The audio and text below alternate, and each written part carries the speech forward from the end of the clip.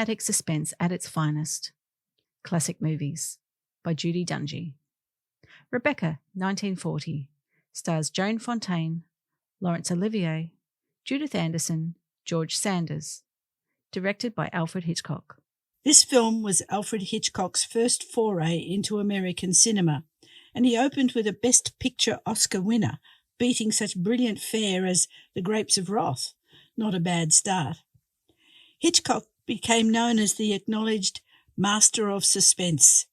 Unfortunately, many people mistook suspense for horror, especially after buying into the publicity for his film Psycho, and became confused when other works did not actually show the buckets of blood they were expecting. Not that they actually saw any explicit violence anyway. It was all in the ideas Hitchcock planted in their minds.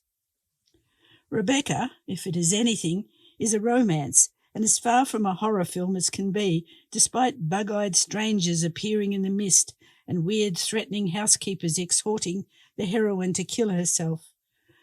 The title character, Rebecca de Winter, does not actually make an appearance in this film, but her presence permeates every frame. At the heart of the film is the love affair between the second Mrs. de Winter, she has no other name, a shy, unworldly lady's companion, played by Joan Fontaine, and the moody, aristocratic Maxim de Winter, Laurence Olivier.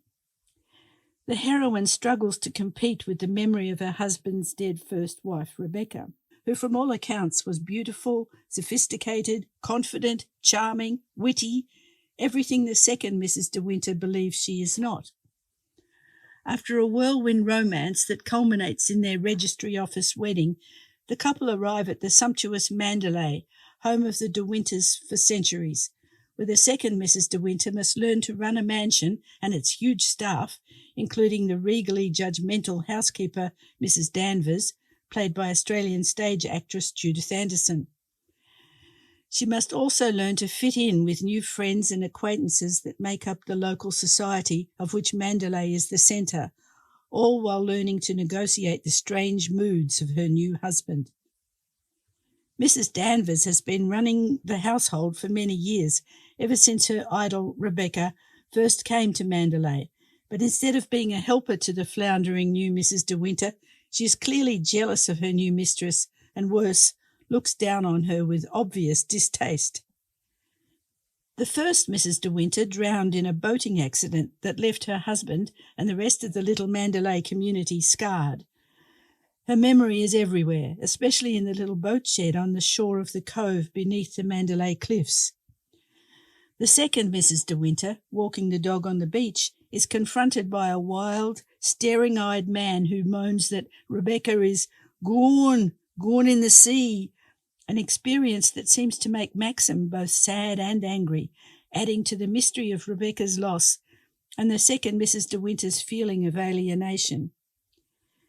Danvers takes her on a tour of Rebecca's room, kept as an immaculate shrine by Danvers, just as she left it on the night she drowned. From silken underwear made by nuns to sheer negligées so sexy we can almost see Rebecca's perfect body through the lace, Danvers taunts the unpretentious second wife with the elegance of the first. She is mesmerised when Danvers begins to whisper in her ear to give up fighting Rebecca's memory and jump into the sea. The housekeeper's resentment becomes very clear to the new wife when Danvers, feigning encouragement, sabotages in spectacular manner her first attempt at throwing a fancy dress ball. She is distraught at Maxim's anger and believes she has made a mistake in marrying a man who is still deeply in love with his deceased wife, and who, now seeing and comparing his awkward new wife with the memory of his lost love, regrets his impulsive marriage. After the disastrous scene at the ball, our heroine's woes are forgotten when a ship founders in the Mandalay Cove and a rescue must be mounted. She finds Maxim in the beach house, and he tells her that Rebecca's body has been found alone in her boat, which it is evident had been deliberately scuttled. The horror is that at the time of her death, Maxim had identified another body as being Rebecca. It looks bad for Maxim. Has he been covering up murder? He confesses the truth to his new wife, and it is a revelation.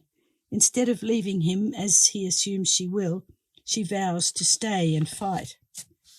There is a painful inquest, a blackmail attempt, and then another twist, necessitating a trip to London to find a new witness who reveals a deeper truth about Rebecca, and real doubt is thrown on the murder charge. Relieved, Maxim returns to Mandalay to find it in flames. Mrs. Danvers, unwilling to accept the new information, is burning it to the ground. Hitchcock's trademark suspense is infused throughout this film and is actually personified by Rebecca. You can feel the tension rise just at the mention of her name. Although the house is huge and flooded with light in every room, it still feels claustrophobic and stifling, as though the entire mansion was overlaid by the heavy blanket that is Rebecca's memory. In Rebecca, Hitchcock has created a living person out of mere light and shade. Audiences, feeling they could describe a living actress, expect to see her name in the credits, until they realise he really was the master. Rebecca is not currently available on Australian streaming services. You can purchase the DVD from the Criterion Collection or similar outlets.